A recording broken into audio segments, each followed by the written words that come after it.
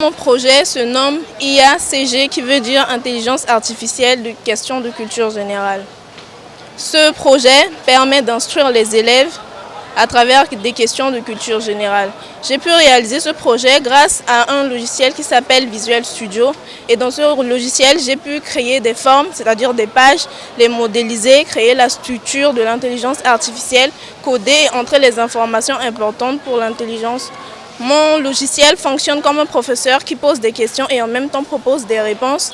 Et ce sont des questions de QCM, de questions à choix multiples. Donc à toi de choisir la bonne ou la mauvaise réponse. Mais si la réponse elle est bonne, l'ordinateur te le dira que c'est une bonne réponse. Et si c'est une mauvaise réponse, l'ordinateur te dira que c'est une mauvaise réponse. Ce projet est venu parce qu'en RCA, je vois que les enfants ne sont pas beaucoup plus instruits et préfèrent jouer au jeu. Donc ce logiciel, je l'ai créé en forme de jeu. De faire en sorte que les élèves téléchargent ce genre de jeu et pour qu'ils s'instruisent à travers l'écran parce que la génération d'aujourd'hui aime trop l'écran et tout. Donc derrière leur écran, ils peuvent jouer à ce genre de jeu-là pour les instruire davantage. Mon logiciel sert à instruire les établissements. Donc c'est pour faire les tests sur les établissements pour savoir quels sont, dans chaque établissement, est-ce que les professeurs sont réguliers ou non. J'ai eu l'idée de ce logiciel parce que dans la plupart des établissements en Centrafrique, il y a plein de professeurs qui ne viennent pas au cours et après ils donnent des sujets aux examens que les élèves ignorent ça. Ils ne savent même pas que c'est un cours quoi. C'est un truc imaginaire pour eux. Donc pour eux ce cours n'existe pas et voilà, on les amène ce cours.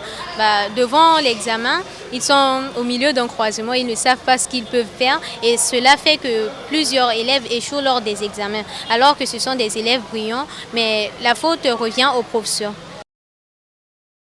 Notre but était trop simple, donc puisqu'on a vu, on n'a pas seulement vu, mais on a remarqué que la technologie n'a pas d'importance dans ce pays, alors qu'elle aurait dû avoir d'importance dans tout le monde.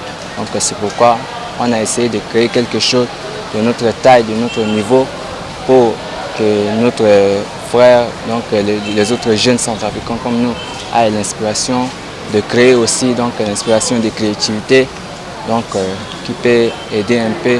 Le nom du projet s'appelle Segon Estekwan, mais le nom du robot c'est Star One.